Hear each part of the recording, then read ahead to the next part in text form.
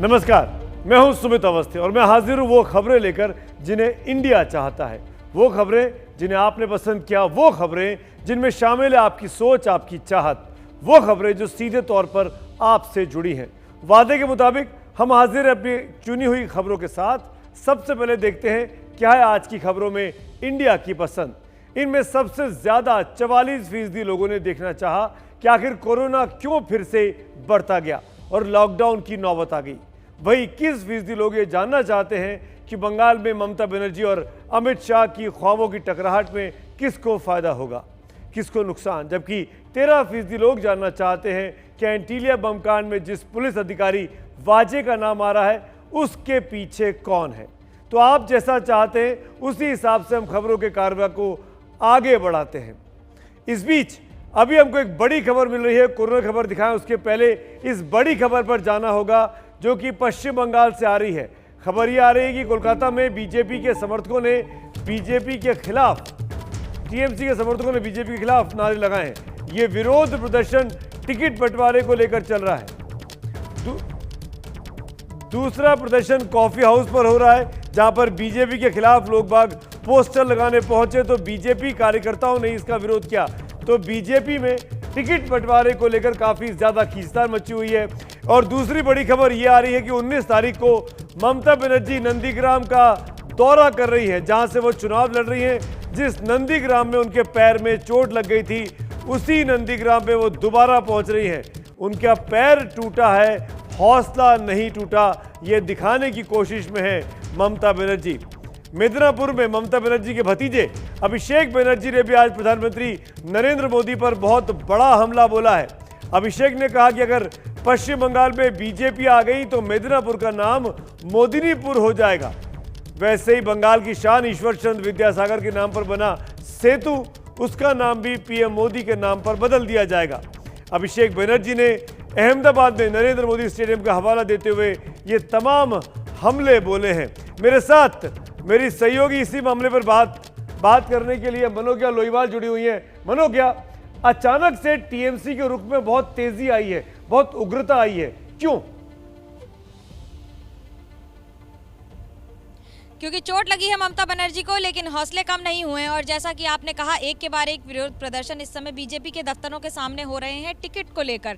जो टिकट का बंटवारा या टिकट अभी दी गई है उम्मीदवारों को, उसके बाद दूसरा घटना हुई कॉफी हाउस में जहां विरोध प्रदर्शन हुए जब नो वोट फॉर बीजेपी के पोस्टर्स लगाने कुछ लोग आए और फिर बीजेपी ने वहां जाकर हंगामा किया।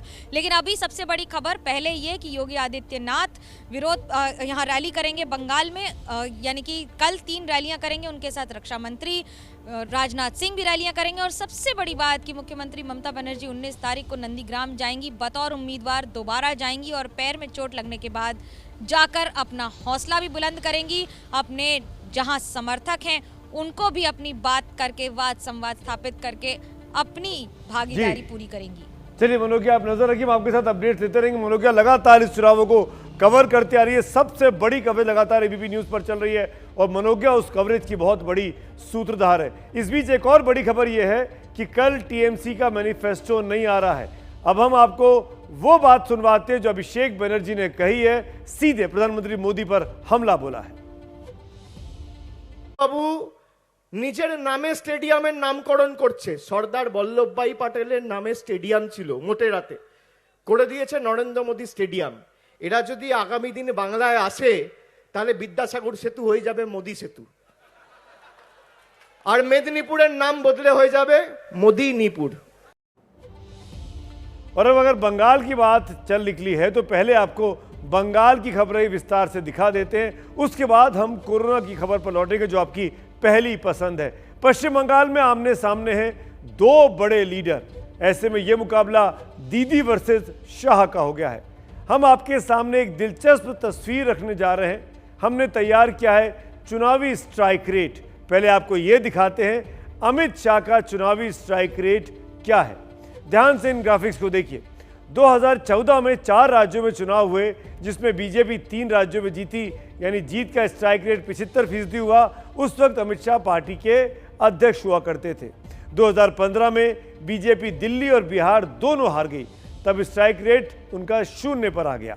2016 में 5 राज्यों में चुनाव हुआ जिसमें बीजेपी सिर्फ 1 जीत पाई, जिसके कारण स्ट्राइक रेट आप 20% का कह सकते हैं।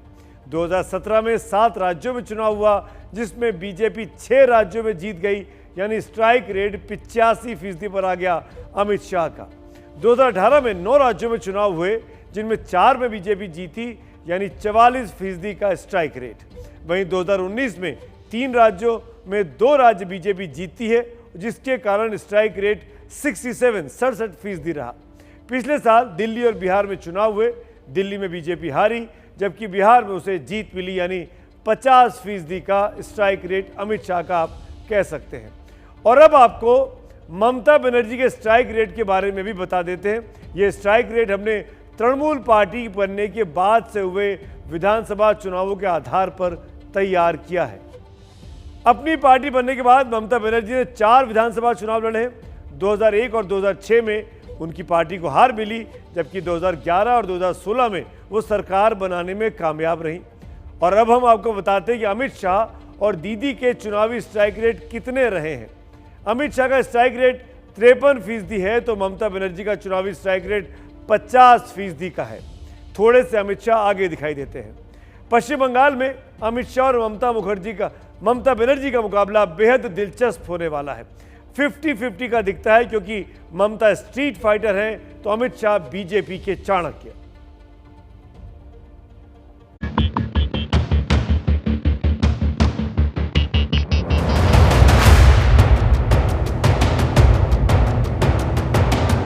तृणमूल कांग्रेस की सरकार ने बंगाल को पाताल तक नीचे ले जाने का काम किया है।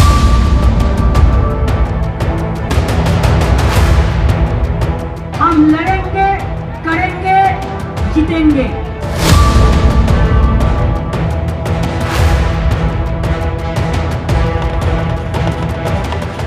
वो ममता दीदी है जिन्होंने आदिवासियों के अधिकार देने में भी कटमनी मांगा है, cut money.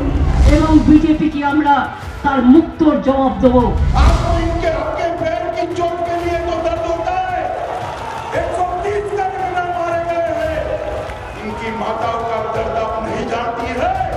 China China China China.